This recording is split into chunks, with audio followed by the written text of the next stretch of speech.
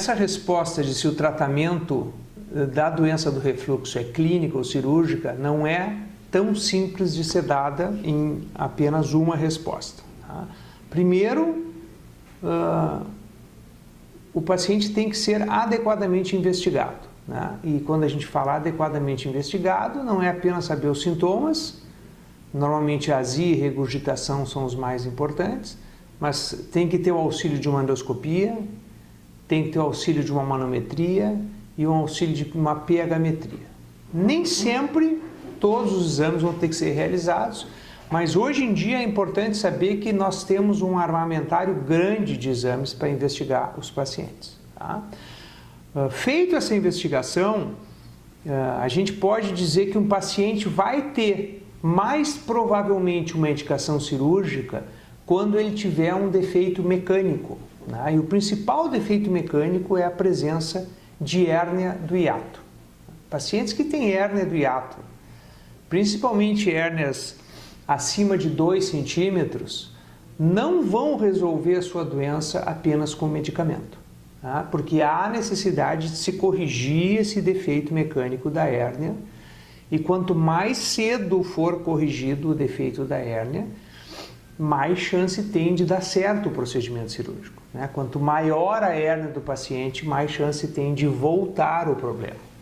Então, eu salientaria como primeiro aspecto, os pacientes que tiverem hérnia e que tiverem refluxo serão mais propensos a ter indicação cirúrgica. Grosseiramente, se nós pegarmos um universo de 100 pacientes com doença do refluxo, em torno de um quarto deles, em torno de 20 a 25 desses pacientes terão indicação cirúrgica. Né? 3/4 dos pacientes poderão ficar usando seu tratamento clínico. Outra situação, além da presença da hérnia, é aquela situação onde o paciente está usando a medicação, ele fica durante um tempo bem com a medicação, mas normalmente ele já, depois de 1 ano, 2 anos, não consegue mais manter os seus sintomas tratados com a dose que ele estava usando. Ele acaba precisando usar uma dose crescente de medicação. E muitas vezes essas doses ao longo do tempo vão tendo que ser aumentadas até que ficam doses muito elevadas. Então são pacientes que significa que o remédio não está conseguindo controlar a doença de forma adequada. Uma terceira situação onde o paciente tem uma chance maior de ser encaminhado à cirurgia é aquele paciente que usa o remédio.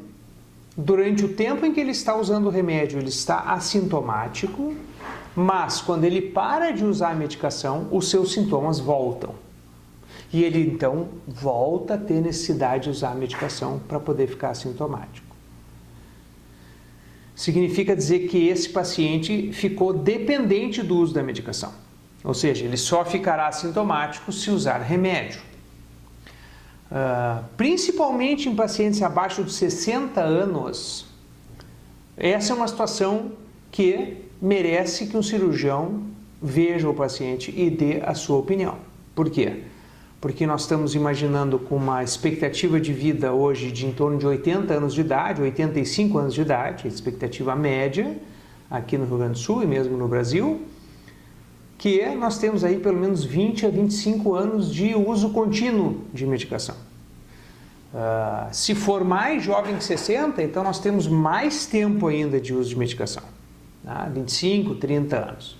Então, como a gente nos últimos anos tem visto várias publicações comentando sobre efeitos colaterais do uso do omeprazol e correlatos, e isso preocupa quando se usam muitos anos da medicação e não quando se usa pouco tempo, 5 anos, 6 anos, 8 anos, não chega a ser um tempo preocupante, mas aquele paciente que terá que usar muitos anos, então essa também passa a ser uma indicação, para evitar que o paciente tenha que usar muitos anos do remédio.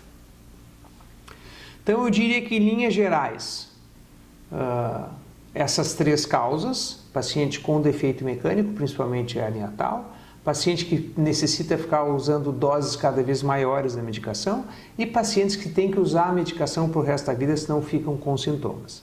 E deixaria uma 4ª indicação ainda, que são os pacientes que já têm doença do refluxo avançada ou complicada, que são aqueles que têm esofagite grau C ou D, isso é visto na endoscopia, e aqueles que têm esôfago de Barrett.